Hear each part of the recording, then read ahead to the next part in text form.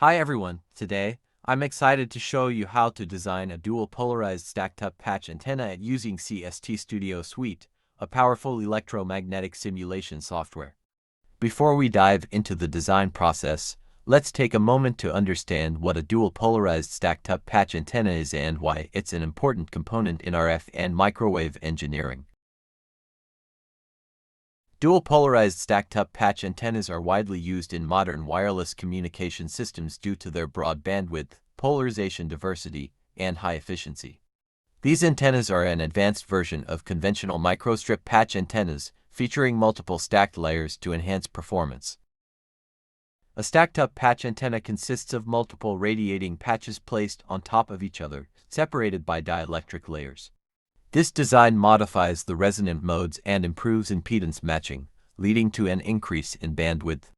In a dual-polarized configuration, the antenna supports two orthogonal polarization modes, for example, vertical and horizontal, or plus or minus 45 slant polarization. This is typically achieved by 1.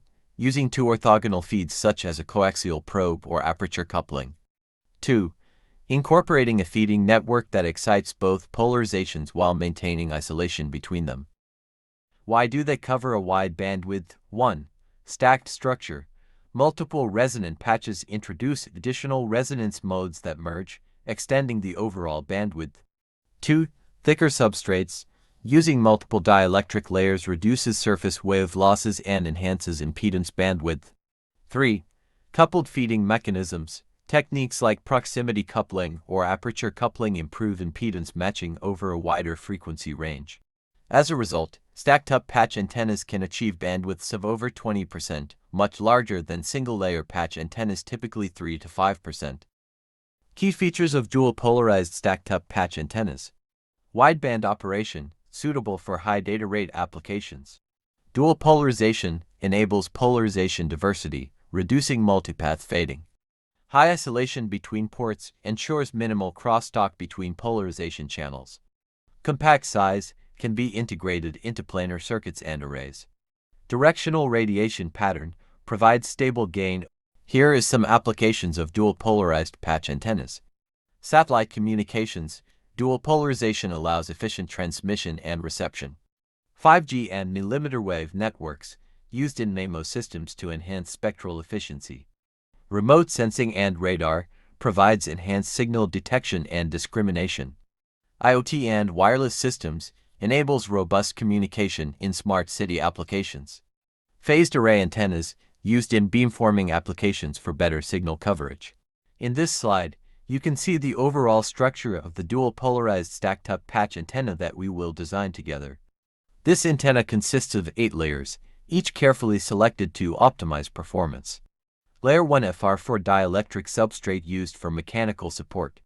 Layer 2 a reflector placed on top of the FR4 substrate to enhance gain and reduce back radiation. Layers 3, 4, 6, and 8 Rogers 5880 dielectric material, chosen for its low loss and high performance at microwave frequencies. Layers 5 and 7 air gaps to improve impedance matching and bandwidth performance. Moreover, the antenna has two orthogonal feeding networks, as shown in the figure, to achieve dual polarization and improve signal diversity.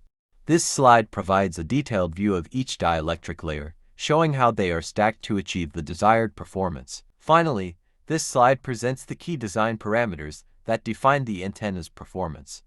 With this understanding, let's move forward and start designing the dual-polarized stacked-up patch antenna in CST Studio Suite.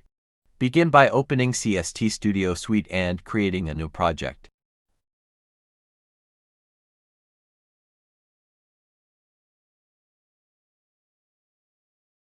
Select Microwave and RF, Optical from the template options. Select Antennas.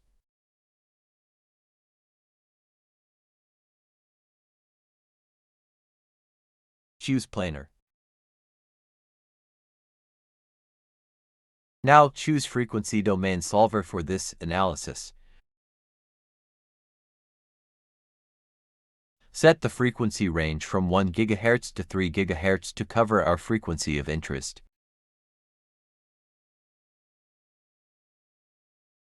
After that, press Next. Press Finish to create the project. In the first step, we will add the structural parameters to the parameter list section.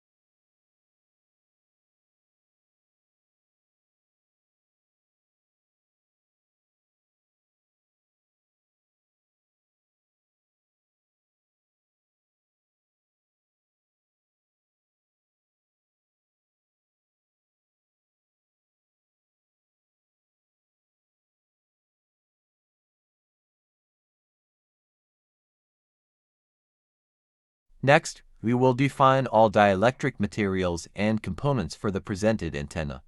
Follow each step carefully to create an accurate model. Go to Modeling and select Brick, then press ESC to show the dialog box.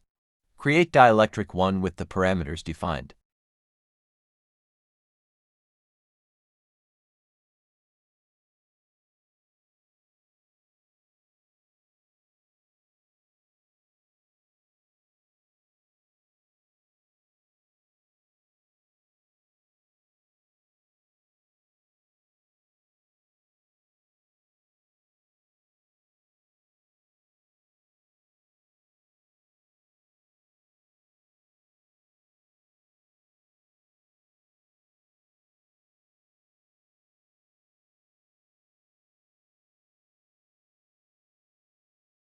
We'll use FR4 for dielectric 1 in the load from material library search to find FR4.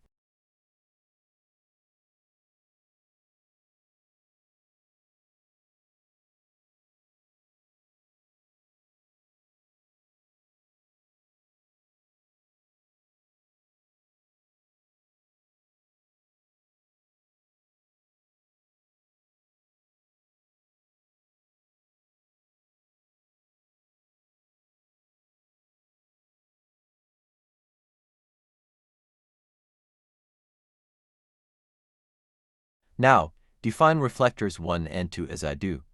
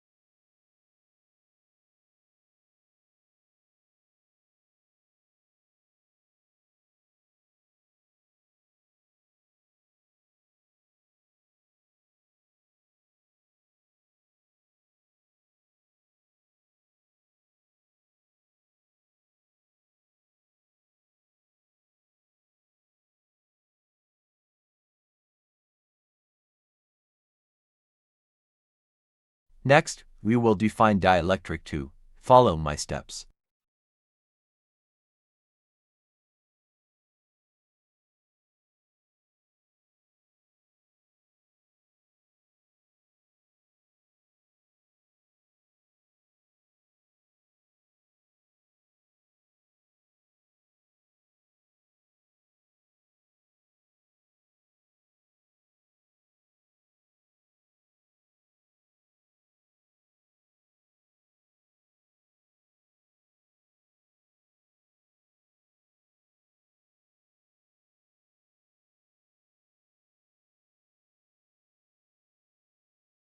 We'll use the air for dielectric 2 in the load from material library search to find there.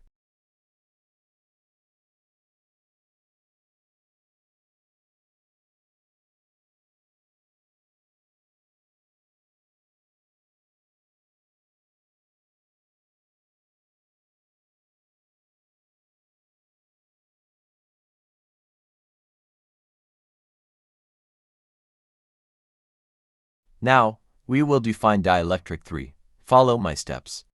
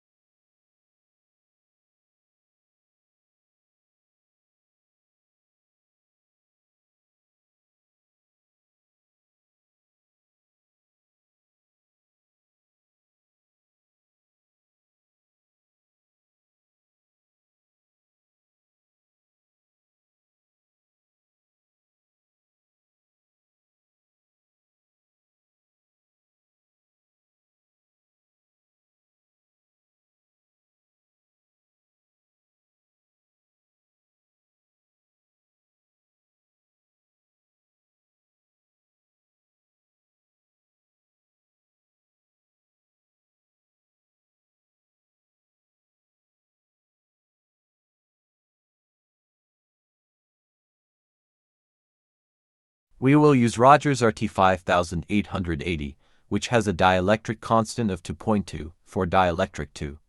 Go to Load from Material Library, search for Rogers RT5880, and select it.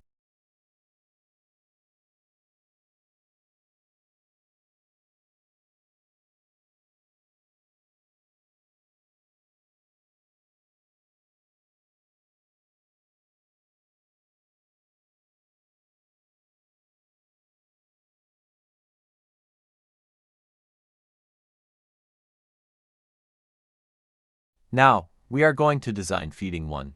Follow these steps. Go to the Model section and create a brick, just as I do. In this section, define a new component folder and name it Feed 1.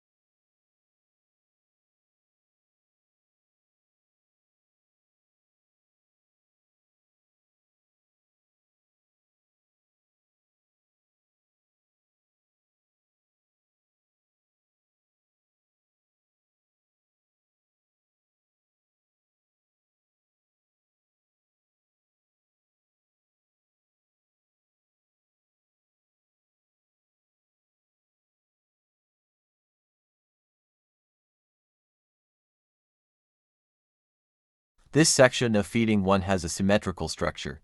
So, we can design the half of layout with defined parameters, then mirror it to complete the layout. You can do this by selecting Solid 3, then selecting Transform Tools. The mirror option must be selected and a blank square must be clicked to the left of the copy button to make a copy of these lines.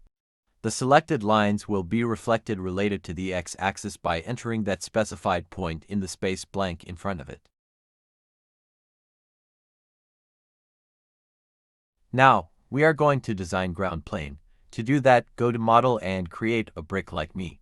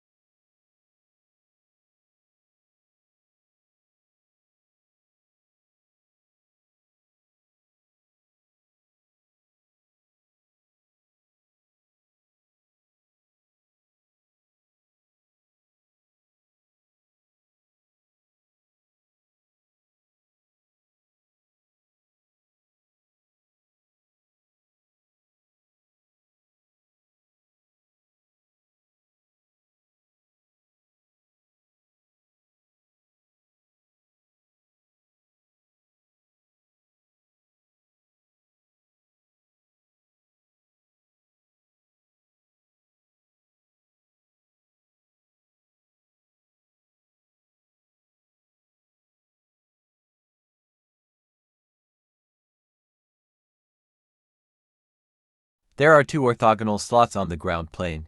In this case, we are attempting to create them.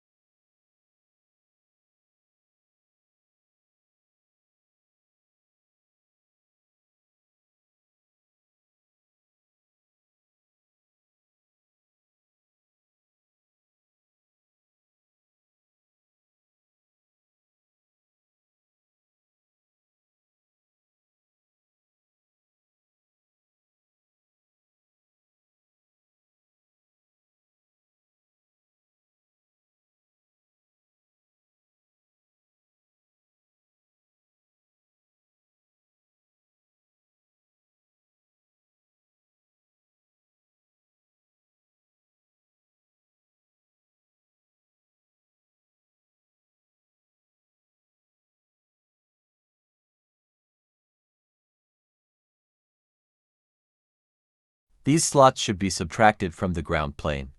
To do this, select the ground plane, go to the Boolean menu, and choose the Subtract option. Then, select both slots and press Enter on your keyboard.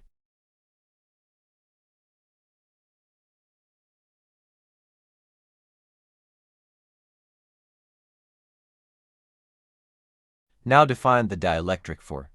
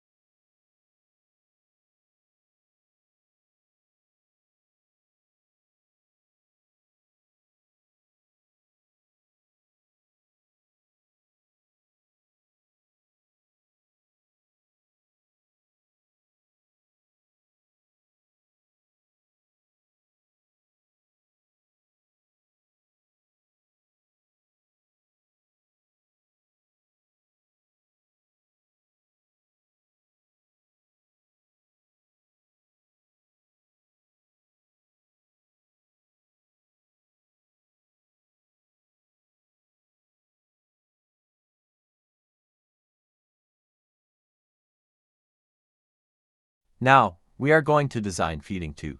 To do that, go to Model and create a brick like me. In this section, define a new component folder named feeding tube.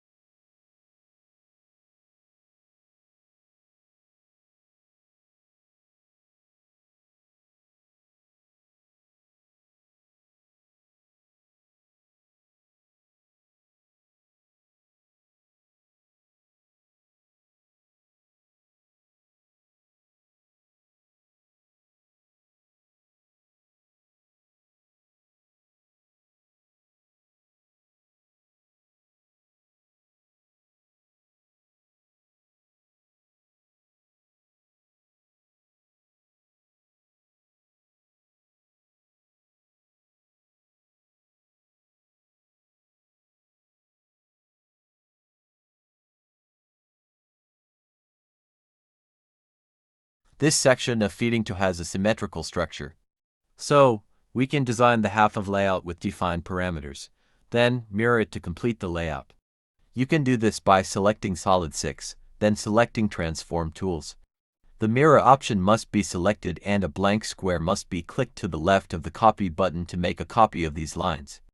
The selected lines will be reflected related to the y-axis by entering that specified point in the space blank in front of it.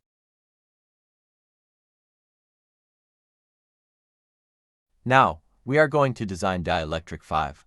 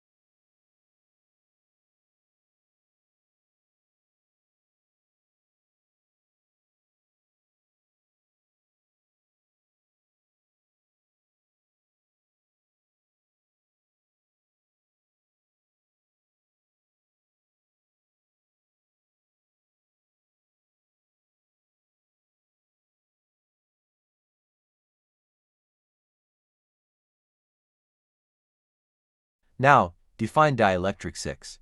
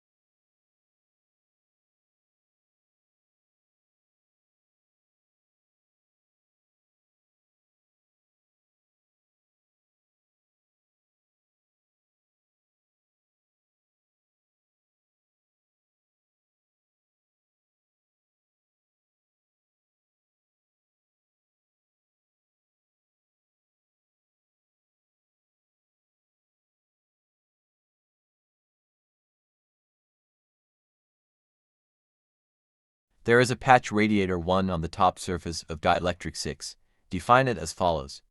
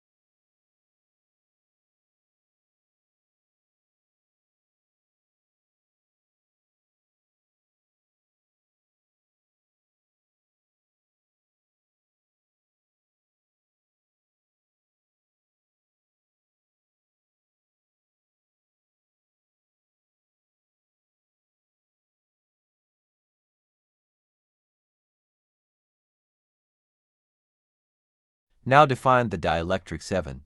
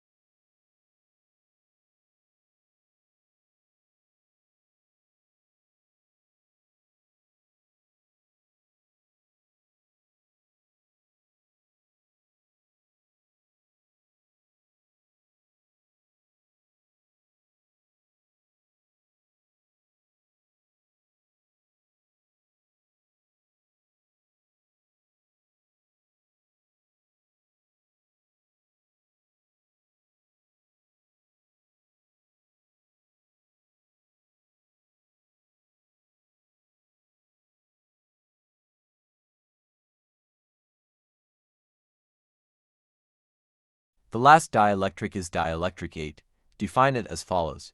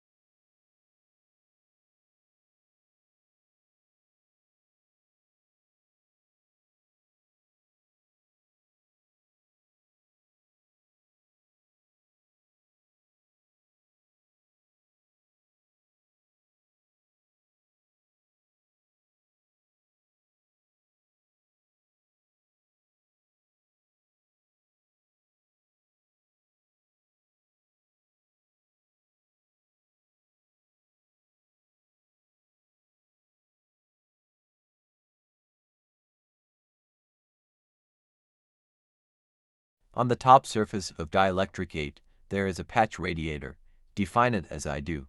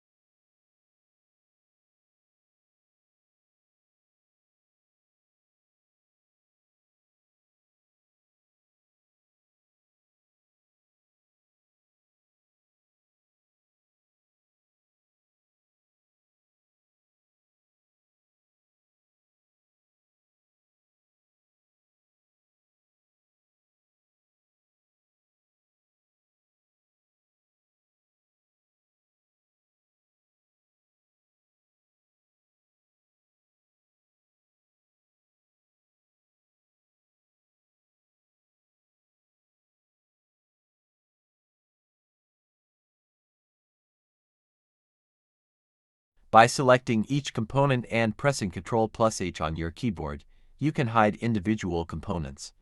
By hiding the top dielectric, you can see that we need two waveguide ports to excite feedings 1 and 2. Define the waveguide ports as I am doing.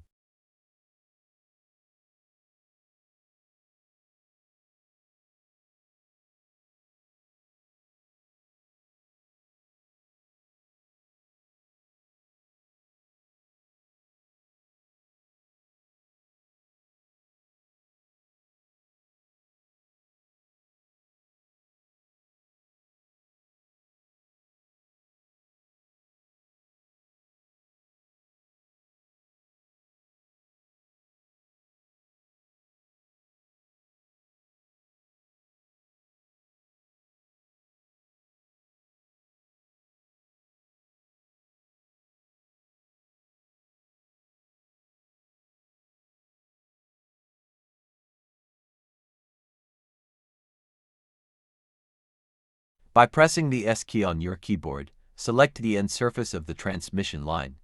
Next, click on Simulation in the top menu. From there, select Waveguide Port.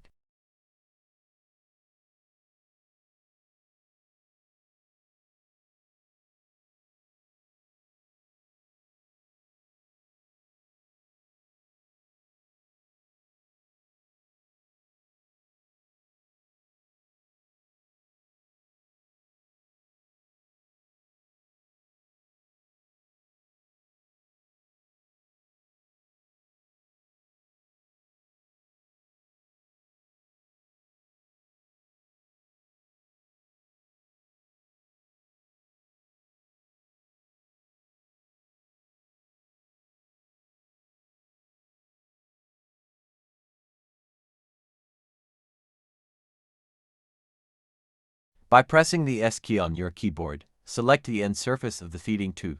Next, click on Simulation in the top menu. From there, select Waveguide Port.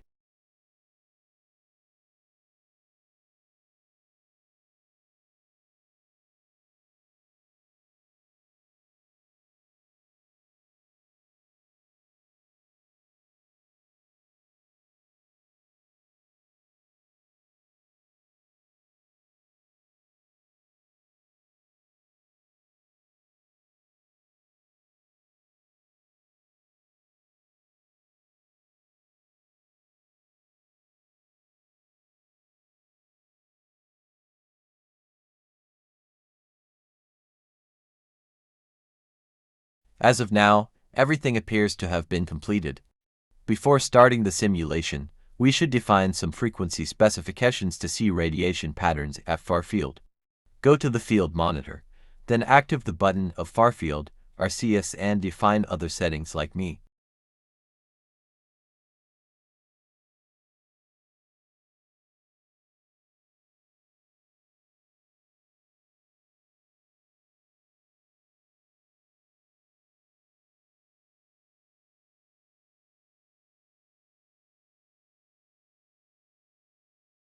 Now, go to Setup Solver and start simulation.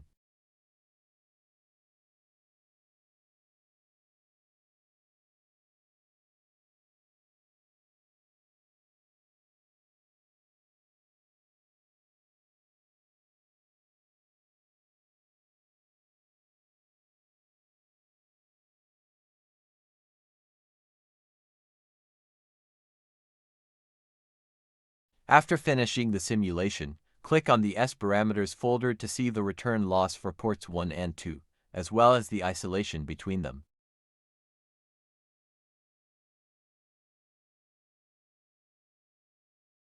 To see far-field radiation patterns, go to Far-Field folder and select the frequency point of 2 GHz for port 1. Now, you can see the 3D radiation pattern at 2 GHz for port 1. Since the polarization of this antenna is linear, press the linear directional button in the setting.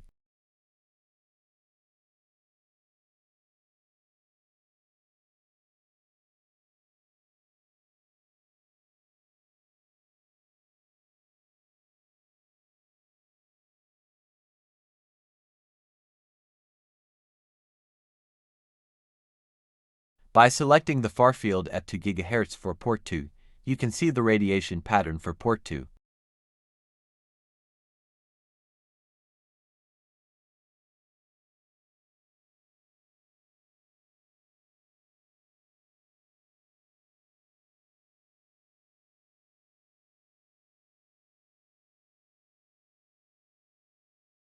You can see the radiation pattern for another frequency points.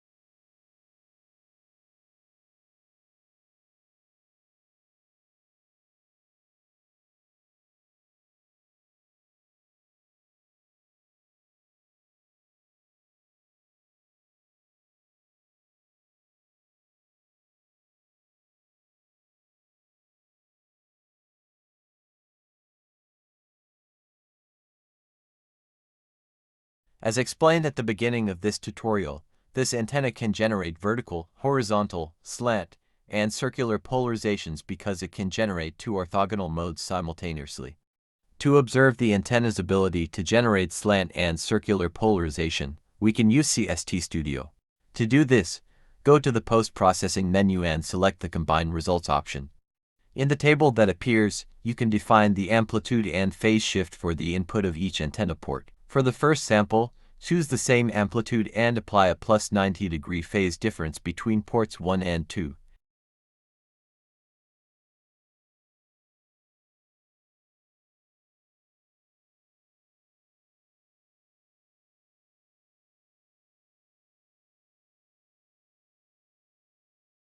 Name this circular polarization 1, then press Combine.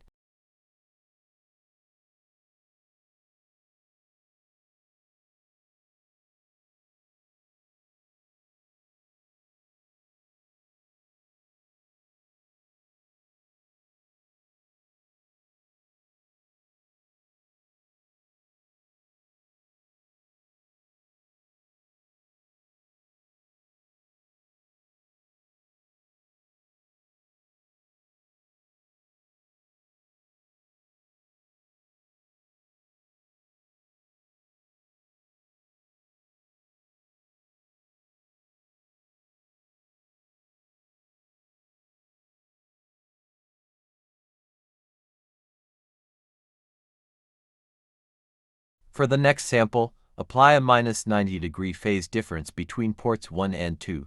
Name this circular polarization 2, then press Combine.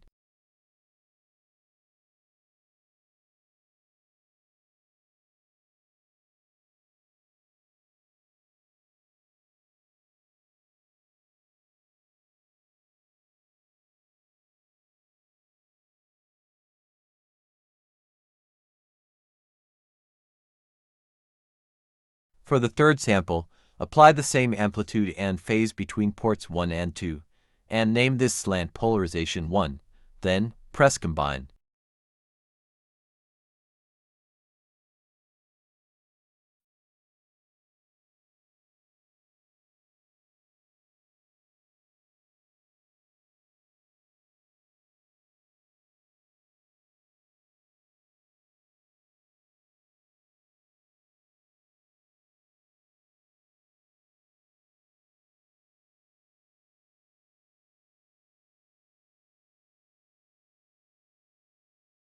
For the final sample, apply the same amplitude and a 180-degree phase difference between ports 1 and 2, and name this slant polarization 2, then press Combine.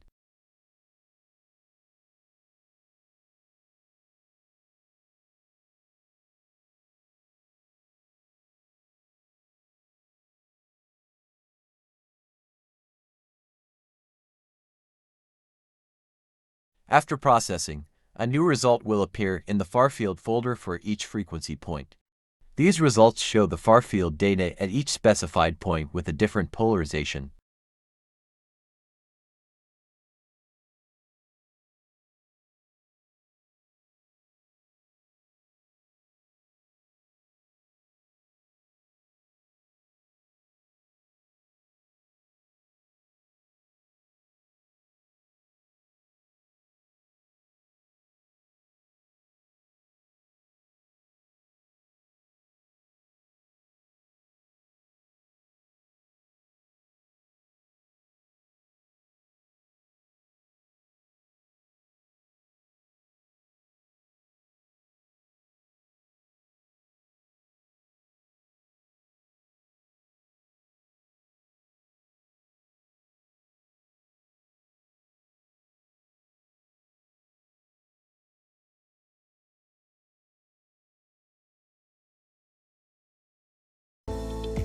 Thank you for following along with this tutorial.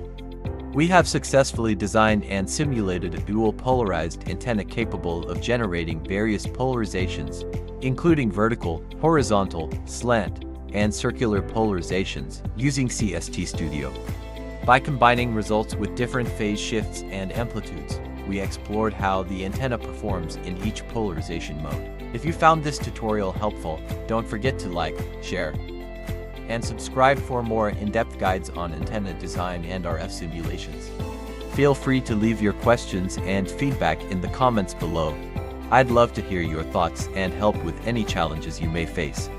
Stay tuned for more exciting content, and happy designing!